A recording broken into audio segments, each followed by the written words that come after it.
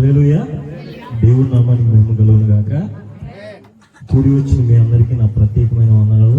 అలాగే దైవ సేవకులు అబ్రహాంకి, మన ఆదామన్నకి, అక్కకి, అలాగనే సువార్త సిస్టర్ గారికి కూడా నా యొక్క వందనాలు తెలియజేస్తున్నాను.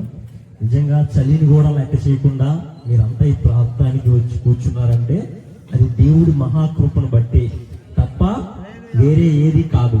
దేవుడు ఈ రాత్రికాల సమయంలో నిజంగా మనతో కొన్ని విషయాలు మాట్లాడాలి అని ఆశించారు కాబట్టే మీరు ఈ స్థలానికి వచ్చారని నేను భావంలోనికి వచ్చాడు.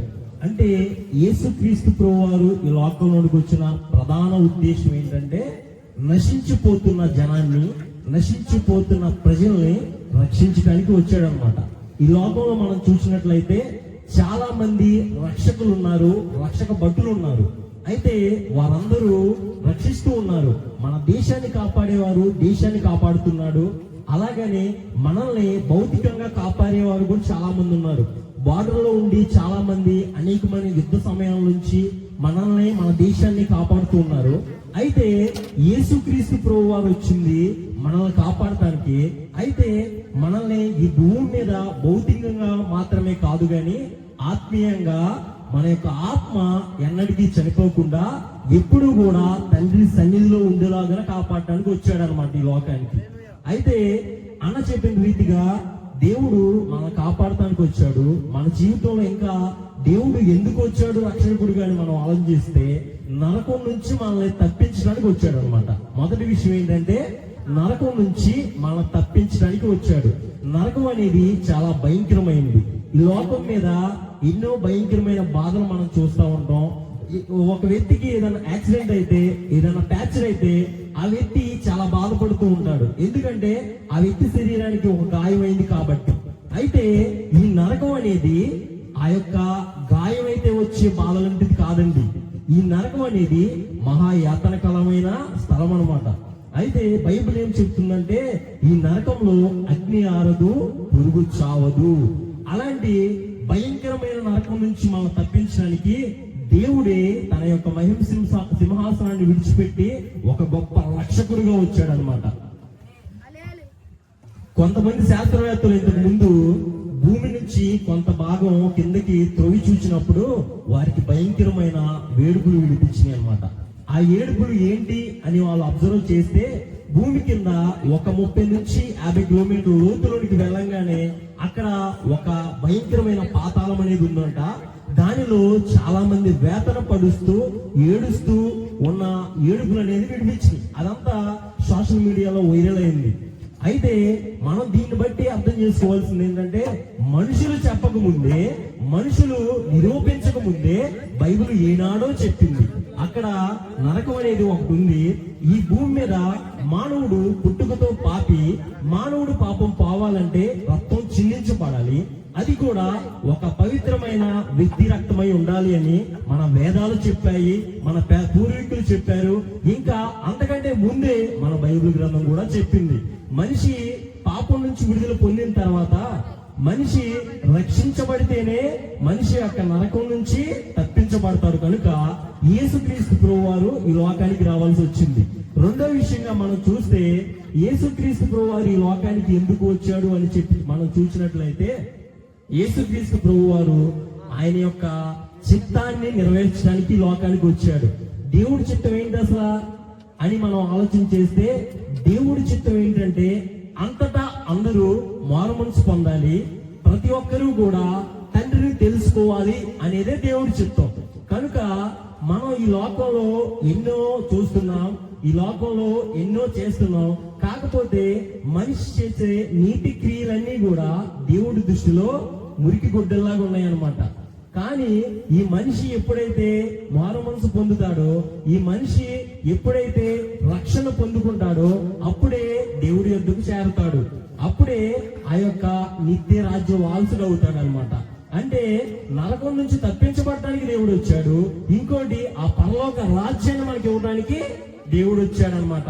ఈ రోజులలో మనం ఎన్నో రాజ్యాలు చూస్తున్నాం, ఎన్నో వైభవాలు చూస్తున్నాం. కానీ ఆ రాజ్యాలన్నీ కొంతకాలం ఉన్న తర్వాత గతించిపోతున్నాయి. ఎందుకంటే ప్రపంచం మీద ప్రపంచాన్ని పరిపాలించిన ది గ్రేట్ అలెగ్జాండర్ లాంటి రాజులు ఎంతో మంది ఈ ప్రపంచాన్ని పాలించారు, కానీ వారి రాజ్యాలు ఇవి కూడా నిలవలేదండి. కానీ నిలిచే ఒకే ఒక రాజ్యం ఏంటంటే మన ప్రభు అయిన యేసుక్రీస్తు వారి రాజ్యం. ఆ రాజ్యంలోనికి మనం చేర్చడానికి, ఆ పరలోక వారసులుగా మనం చేయటానికే దేవుడు ఈ భూమి మీదకి వచ్చాడు. అంతేగాని మనం క్రిస్మస్ అని చెప్పి పండగ చేసుకుంటాం, సంతోషమే. కాకపోతే ఈ పండగలో కూడా దేవుడు ఎందుకు వచ్చాడు అని తెలుసుకొని చేసుకుంటే ఇంకా మన జీవితానికి గొప్ప ధన్యత. ఇంకా దేవుడు వీటికే వచ్చాడా అని మనం అనుకోవచ్చు. చాలా మంది అనుకుంటారు దేవుడు నరకం నుంచి తప్పించడానికి వచ్చాడండి. ఓకే, సరే, ఇది పక్కన పెట్టండి. నరకం ఎవరు చూశారు, మేమేమైనా చూసామా అని చెప్పి చాలా మంది అనుకుంటారు. ఇంకోటి, దేవుడు పరలోకాన్ని ఇవ్వడానికి వచ్చాడు. సరే, మేము మారు మనసు పొందుతాం, పరలోకం వెళ్తాం అని చెప్పి కొంతమంది అనుకుంటారు. అయితే దేవుడు రక్షకుడిగా వచ్చి మనకి ఇంకా కొన్ని ఇవ్వడానికి కూడా వచ్చాడు. ఏంటంటే మనకి గొప్ప ఆశీర్వాదాలు ఇవ్వడానికి దేవుడు వచ్చాడు అనమాట. ఆశీర్వాదాలు ఏంటో మనం ఒక్కొక్కటిగా చూద్దాం. ఎఫెసీయులకు రాసిన పత్రిక 1వ అధ్యాయం 7వ వచనం మనం చూస్తే అక్కడ ఒక చక్కటి మాట ఉంటుంది అనమాట. ఒకసారి చదవండి ఎవరన్నా. ఎఫెసీయులకు రాసిన పత్రిక 1వ అధ్యాయం 7వ వచనం. దేవుని కృప మహదైశ్వర్యమును బట్టి ఆ ప్రియుని యందు ఆయన రక్తము వలన మనకు విమోచన అనగా మన అపరాధములకు క్షమాపణ మనకి కలిగి ఉన్నది. చాలు. ఇక్కడ అపోస్తలుడైన పౌలు ఎఫెసీ సంఘానికి రాస్తూ మాట్లాడిన మాట ఏంటంటే, మనకు విమోచనము, పాప క్షమాపణ కలిగి ఉన్నది. దేవుడిచ్చే మొదటి ఆశీర్వాదం ఏంటంటే మన పాపాలకి క్షమాపణ. అంటే ఈ లోకంలో మనం ఎన్ని పాపాలు చేసినప్పటికీ, ఈ లోకంలో మనం ఎన్నో రీతిలుగా బ్రతికినప్పటికీ, అవన్నీ కూడా మనం ఎప్పుడైతే దేవుడి దగ్గరకు వచ్చి, అయ్యా నేను పాపిని, నా పాపాలు క్షమించు ప్రభువా అని మనం ఎప్పుడైతే ఒప్పుకుంటామో అప్పుడు దేవుడిచ్చే ఆశీర్వాదం మన పాపాలకి క్షమాపణ ఇస్తాడు అనమాట. ఈ క్షమాపణ ఈ భూమి మీద మనం ఎక్కడ చూసినా దొరకదండి. ఈ క్షమాపణ మనకి ఎవరు ఇవ్వలేరు. ఈ భూమి మీద ఎంతమందో దేవుళ్ళు అనబడేవారు ఉన్నారు, ఎంతమందో బాబాలు అనబడేవారు ఉన్నారు, కానీ ఏ మనుషుడు ఈ పాపాలకి క్షమాపణ ఇవ్వలేడు. ఒక యేసుక్రీస్తు ప్రభు వారు మాత్రమే మన పాపాలకి క్షమాపణ ఇస్తాడు. ఇది దేవుడిచ్చే మొదటి ఆశీర్వాదం. రెండో ఆశీర్వాదం మనం చూసినట్లయితే రోమాపత్రిక 6వ అధ్యాయం 23వ వచనం. మీరెవరు బైబిల్ తీయొద్దు, నేనే చెప్పేస్తా. ఎందుకంటే నాకు ఇచ్చిన సమయం కొద్దిగా ఉంది. ఆ సమయంలోనే దేవుడు మీతో మాట్లాడాలని ఆశపడుతున్నాడు. కాబట్టి దేవుడి వరము మన ప్రభువైన అయిన యేసుక్రీస్తు నందలి నిత్య జీవము. రెండో ఆశీర్వాదం ఏంటంటే నిత్య జీవం ఇవ్వడానికి దేవుడు ఈ లోకానికి వచ్చాడు. మనం అంతా కూడా నిజంగా ఎటు వెళ్ళాలో తెలియని స్థితిలో ఉన్నప్పుడు, ఏమి చేయాలో తెలియని స్థితిలో ఉన్నప్పుడు దేవాది దేవుడే రక్షకుడిగా వచ్చి, దేవాది దేవుడే మనకు పాప క్షమాపణ కలిగించి, ఆ పాప క్షమాపణతో పాటుగా తనతో పాటు నిత్యము ఆయన యొక్క రాజ్యంలో ఉండటానికి మనకి ఒక గొప్ప ఆశీర్వాదాన్ని దేవుడు మనకి ఇచ్చాడనమాట. మూడో విషయం మనం చూస్తే యోహాను సువార్త 14వ అధ్యాయం 27వ వచనం మనం చూసినట్లయితే అక్కడ ఒక చక్కని మాట ఉంటుంది. నేను మీకు విశ్రాంతిని ఇవ్వటానికి ఈ లోకానికి వచ్చాను అని యేసుక్రీస్తు ప్రభువారు చెప్తారు. ఈ లోకంలో చాలా మందికి ఆస్తులు ఉన్నప్పటికీ, ఐశ్వర్యాలు ఉన్నప్పటికీ, ధనాలు ఉన్నప్పటికీ, ఎంతో సిరి సంపదలు ఉన్నప్పటికీ వారి మనసులో ఏమీ లేదంటే శాంతి లేదండి, సమాధానం లేదండి. నిజంగా ఎంత డబ్బు ఉన్నప్పటికీ మనకి సమాధానం లేకపోతే, నెమ్మది లేకపోతే, మనం ప్రాక్టికల్ గా ఆలోచిస్తే ఒక నెలకి ఒక 10 కోట్లు సంపాదించే ఎంప్లాయ్ అయినా ఈ శాంతి సమాధానం లేకపోతే ఇంటికి వెళ్ళి పడుకుంటే నిద్ర పట్టిద్దండి? పట్టదండి. అలాగని బంగారం మంచం వేసుకొని పడుకుంటే నిద్ర పట్టిద్దా? నాకు బంగారం మంచం మీద నేను పడుకుంటున్నా అంటే పట్టదండి. ఎందుకంటే మనసులో ఎప్పుడైతే శాంతి ఉంటుందో, మనసులో ఎప్పుడైతే సమాధానం ఉంటుందో, మనసులో ఎప్పుడైతే నెమ్మది ఉంటుందో అప్పుడే మనం మంచిగా ఈ లోకంలో జీవించగలుగుతాం. అది లేకుండా మనం ఎంత సంపాదించినా వ్యర్థమైన బైబిల్ చెప్తుంది. కాబట్టి దేవుడు మనకి రక్షణ ఇవ్వడానికి వచ్చాడు, నరకం నుంచి తప్పించడానికి వచ్చాడు, తన రాజ్యానికి మనం చేర్చడానికి వచ్చాడు. వీటితో పాటుగా దేవుడు మనకి పాప క్షమాపణ, నిత్య జీవము, ఇంకా శాంతి, సంతోషము, సమాధానము, ఇవన్నీ దేవుడు మనకి కలగ చేయడానికి ఈ లోకంలోనికి వచ్చాడు. కాబట్టి నిజంగా ఈ రోజు నీ వాక్యం వింటున్నా మన జీవితాల్లో ఇంతవరకు మీ జీవితాల్లో రక్షణ లేదేమో.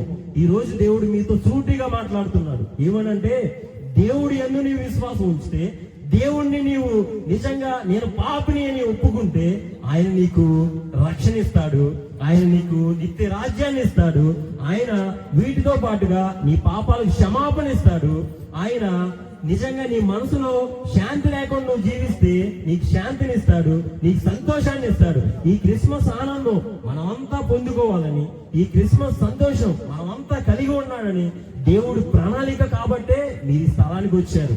దేవుడి యొక్క ఆలోచన కాబట్టే మీరు యొక్క వాక్యం వింటున్నాడు. నిజంగా ఈ వాక్యం వింటున్న మనలో ఇంతవరకు నిజంగా మనం దేవుడికి దూరంగా ఉన్నామేమో, మనం దేవుణ్ణి నిజంగా తెలుసుకోని స్థితిలో ఉన్నామేమో. కాకపోతే దేవుడు మీతో మాట్లాడుతున్నప్పుడు బైబిల్లో ఒక చక్కటి మాట ఉంటుంది, ఇదే మిక్కిలి అనుకూల సమయము, ఇదే రక్షణ దినము. అందుకని ఈ రక్షకుణ్ణి నీ హృదయంలోనికి చేర్చుకోవడం ద్వారా, ఈ రక్షకుణ్ణి మనం కలిగి ఉండటం ద్వారా మన జీవితంలో గొప్ప సంతోషం ఉంటుంది, గొప్ప సమాధానం ఉంటుంది. మన పాపాలకి ఒక మంచి క్షమాపణ అనేది మన దేవుడి దగ్గర దొరికింది. కాబట్టి ఈ స్థలానికి వచ్చిన మీరంతా కూడా ఈ రక్షకుని కలిగి ఉండాలని, ఈ రక్షకుడు మన హృదయాల్లో ఈ క్షణం జన్మించాలని దేవుడు కోరుకుంటున్నాడు.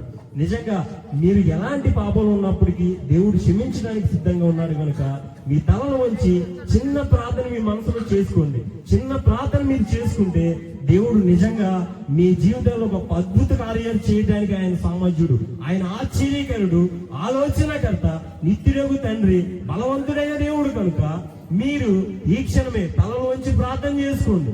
అయ్యా నేను పాపిని ప్రభువా, అయ్యా ఇంతవరకు నీకు రక్షణ లేదు నాయన, ఇంతవరకు నా పాపాలకు క్షమాపణ లేదు తండ్రి, కానీ నాయన మీరు ఇస్తారని మాటేస్తున్నారు కనుక మీరు ఇస్తారయ్యా. మీరు మాట తప్పని దేవుడు, మీరు నమ్మదగిన దేవుడు కనుక మీరు కార్యం చేస్తారని నేను నమ్ముతున్నాను. చిన్న ప్రార్థన చేసుకోండి. నిజంగా దేవుడు గొప్ప కార్యాలు మీ జీవితాల్లో చేస్తాడు, గొప్ప అద్భుతాలు మీరు పొందుకుంటారు, గొప్ప ఆశ్చర్య కార్యాలు మీ కుటుంబాల్లో జరిగితే, మీ సంఘాల్లో జరిగితే, మీ యొక్క వ్యక్తిగత జీవితాల్లో దేవుడు చేయడానికి సిద్ధంగా ఉన్నాడు. తలలు వంచండి, చిన్న ప్రార్థన చేసుకుందాం. దేవుడు నిజంగా మనతోనే కాబట్టి చిన్న ప్రార్థన చేసుకుందాం.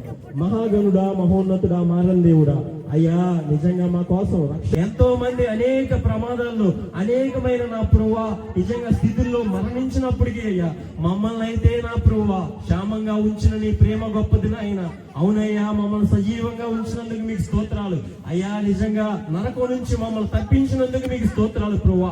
నీ నిత్య రాజ్య వారసులు అవడానికి మమ్మల్ని పిలుచుకున్న నీ రీతిని బట్టి మీకు స్తోత్రాలు చెల్లిస్తున్నాం అయ్యా. నిజంగా మీరిచ్చే ఆశీర్వాదాలు మేము పొందుకోవడానికి అయ్యా, మీరిచ్చే పాప క్షమాపణ మేము కలిగి నాయన జీవించడానికి మీ సహాయాన్ని దయచేయండి. మీ శాంతిని, సమాధానాన్ని ప్రభువా నిజంగా ఈ క్షణమే మా హృదయాల్లో నివసింపజేయమని ప్రార్థన చేస్తున్నాం తండ్రి. మీరే గొప్ప కార్యాలు జరిగించండి ప్రభువా. అయ్యా నిజంగా నా ప్రభు ఇక్కడ కూడి వచ్చిన ప్రతి బిడ్డ జీవితంలో మీరు అద్భుతాలు జరిగిస్తున్నందుకు స్తోత్రాలయ్యా, మీరు ఆశ్చర్యకార్యాలు జరిగిస్తున్నందుకు స్తోత్రాలయ్యా, ప్రతి ఒక్కరికి రక్షణ ఇస్తున్నందుకు స్తోత్రాలయ్యా, విడుదలిస్తున్నందుకు స్తోత్రాలయ్యా, మీరే ఘన కార్యాలు చేస్తున్నందుకు వందనాలు చెల్లిస్తూ నాయన నీ బిడ్డలందరినీ దర్శించమని అయ్యా, చలిని కూడా లెక్క చేయకుండా ప్రభువా నాయన నిజంగా నా ప్రభువా నీ కోసం నాయన వచ్చి మీ సన్నిధిలో నీ వాక్యాన్ని శ్రద్ధగా విన్న ప్రతి ఒక్కరి జీవితంలో నీ యొక్క గొప్పదైన మేలును అనుగ్రహించండి. ఈ యొక్క ప్రాంతంలో నీ యొక్క నాయన సంఘ పునాదులు వేయమని ప్రార్థన చేస్తున్నాం. ఈ ప్రాంతంలో ఉన్న ప్రజలను రక్షించుకోమని ప్రార్థన చేస్తున్నాం అయ్యా. నావాకు దినాల్లో ప్రభువా నావాకు ఎంతగానో ప్రకటించినప్పటికీ నాయన జనం నా ప్రభువా పెడ చెవుని పెట్టారు అయ్యా. మహాభయంకరమైన ప్రభువా నిజంగా నా ప్రభువా యొక్క నాయన ఓ నాయన వరదలో చిక్కుకుపోయారు ప్రభువా నాయన. ఈ రోజులలో నా ప్రభువా నీ వాక్యం వినిపిస్తున్నప్పుడు ప్రభువా ఏ ఒక్కరూ పెడ చెవుని పెట్టకుండా, ఏ ఒక్కరూ రక్షణ లేకుండా జీవించకుండా ప్రతి ఒక్కరూ రక్షింపబడటానికి మీ సహాయాన్ని దయచేయమని, ఈ పరిచయను వర్ధిల్లింప చేయమని అయ్యా. ఇంకా అనేక ఆత్మలు నా ప్రభువా ఈ సన్నిధికి చేర్చబడేలాగా మీ సహాయాన్ని దయచేయమని అయ్యా. ఈ గ్రామానికి సోమాలు తెలుపుతున్నాం ప్రభువా.